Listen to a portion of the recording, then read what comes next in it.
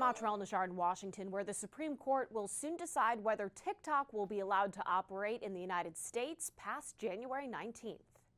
TikTok fighting for its future in a novel case before the Supreme Court. I'm not aware of any time in American history where the Congress has tried to shut down a major speech platform. The video sharing platform has essentially been backed into a corner. Lower courts have dealt them blow after blow, upholding a federal law requiring TikTok to be divested from its Chinese parent company ByteDance by January 19th, or we go dark. Essentially, the platform shuts down. The law passed last spring with broad bipartisan support aiming to protect national security from the Chinese Communist Party. No one disputes that the PRC seeks to undermine U.S. interests by amassing vast quantities of sensitive data about Americans and by engaging in covert influence operations. The Chinese government could weaponize TikTok at any time to harm the United States. Justice Elena Kagan questioned this claim. Does covert just mean it's hard to figure out how the algorithm works?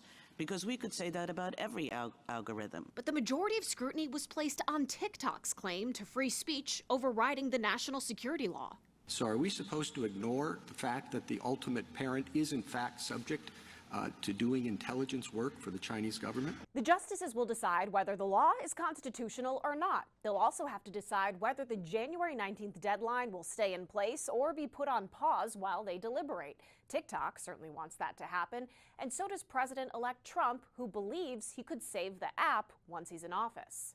But back in August 2020, Trump signed an executive order imposing sanctions on TikTok that, at the time, was thought to be a step to effectively ban the app. He said the United States must take aggressive action against the owners of TikTok to protect our national security. President Biden later revoked the order, replacing it with a more thorough national security review. Years later, Trump changed his mind. For all of those that want to save TikTok in America, vote for Trump.